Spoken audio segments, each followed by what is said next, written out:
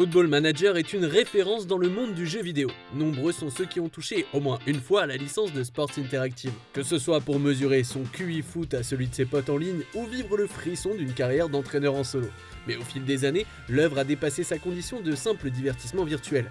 Car là où ses concurrents indirects tentent de reproduire l'esthétique du rectangle vert, FM va plus loin. À chaque nouvel opus, Football Manager se rapproche peu à peu du véritable écosystème footballistique.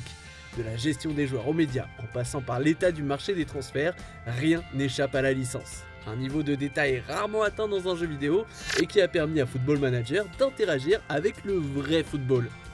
Alors comment Football Manager est-il devenu plus qu'un jeu de foot ? Abonne-toi pour avoir le meilleur du foot en vidéo. A la base, Football Manager c'était un jeu de niche. Le titre fait son apparition sur le marché en 1982, à une époque où l'on est encore bien loin des graphismes en 3D.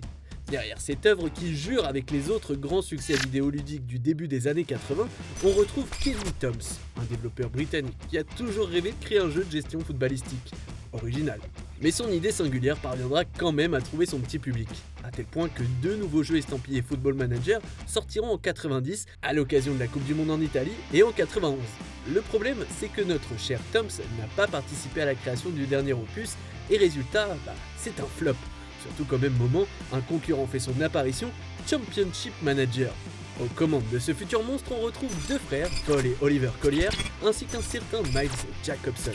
Ensemble, les trois piliers du studio Sports Interactive poseront les bases de ce qui deviendra la référence du jeu de gestion footballistique en 95 avec Championship Manager 2. Mais alors, quid de Football Manager ? On y vient. En 2004, Sports Interactive prend un virage à 180 degrés. Les développeurs se séparent de leur éditeur, Eidos. Les deux parties établissent quand même un dernier deal avant de split. Eidos héritera de l'interface utilisateur de Championship Manager et Sports Interactive gardera la base de données. Si vous connaissez la saga, vous savez déjà qui est reparti gagnant dans cette histoire. Championship Manager a complètement disparu à la fin des années 2000, alors que Sports Interactive a racheté la marque Football Manager créée par ce bon vieux Kevin Toms. La légende se met en marche. Au Royaume-Uni, les accros à Football Manager se démultiplient. Certains complieront jusqu'à se séparer à cause du jeu. Ouais, c'est un vrai motif de divorce.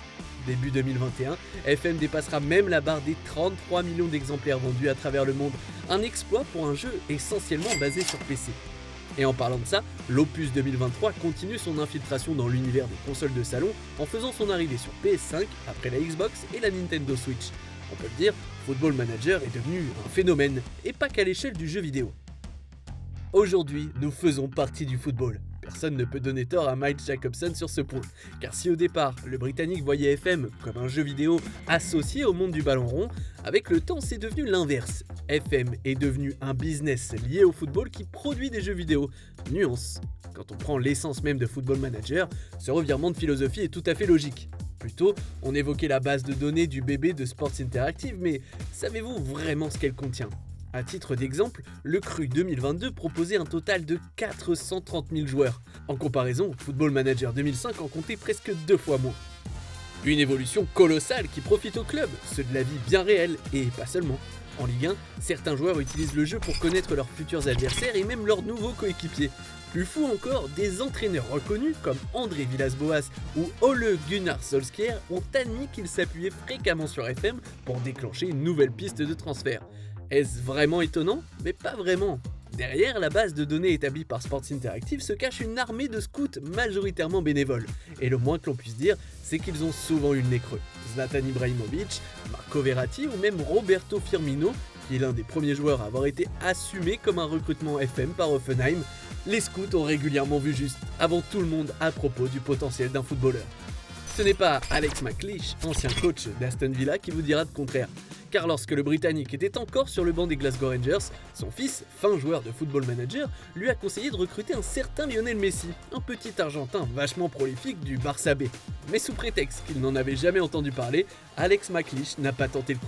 Dommage pour lui. Après, peut-on vraiment lui en vouloir ? Car si les scouts d'FM ont eu du flair la plupart du temps, ils se sont aussi salement plantés. À ce compte-là, comment ne pas évoquer la supercherie Tomadeira ? Un joueur portugais complètement inventé et accessoirement complètement fumé qui était capable de planter 35 buts par saison sur l'Opus 2001-2002. Il y a également eu des flops bien réels, Maxime Tsigalko, Freddy Adu, Cherno Samba. Ces noms ne vous disent peut-être rien, ou en tout cas plus maintenant, mais ils ont véritablement marqué l'histoire de la licence. Le premier, annoncé comme un futur ballon d'or, a pris sa retraite à 26 ans à cause d'une blessure. Le second est passé par le Benfica et Monaco sans jamais percer. Et le troisième, il a trotté un peu partout dans le monde avant de raccrocher les crampons à seulement 29 ans, alors que Michael Owen voulait le faire venir à Liverpool lorsqu'il était jeune. Malgré ses erreurs, la crédibilité de FM n'a jamais vraiment été menacée. Aujourd'hui, la chaîne Sky Sports utilise les données du jeu lors de ses émissions. Football Manager a aussi signé un partenariat avec le cabinet d'analyse Prozone, qui collabore avec des cadors européens comme Chelsea, Arsenal ou le Bayern. Enfin, Sports Interactive a même obtenu les licences de Manchester City et des compétitions UEFA pour l'épisode 2023. C'est indéniable, la frontière entre le jeu vidéo et le football réel est devenue de plus en plus fine au fil des années, ce qui finalement a toujours été le cas aux yeux des vétérans de la licence. C'est aussi l'une des raisons pour lesquelles Football Manager est plus qu'un simple jeu de foot. Derrière ses traits esthétiquement minimalistes, on retrouve une œuvre qui comprend parfaitement ce qui fait le sel de ce sport, l'émotion et ses supporters. À ce sujet, le livre Football Manager Stole My Life contient quelques anecdotes croustillantes. Par exemple, un joueur d'FM a envoyé son CV au président de Middlesbrough basé sur ses expériences acquises dans le jeu.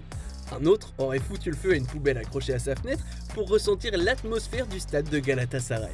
Et certains vivent leur meilleure finale de Ligue des Champions en costard chez eux avant de célébrer leur victoire avec un faux trophée dans les bus de leur ville.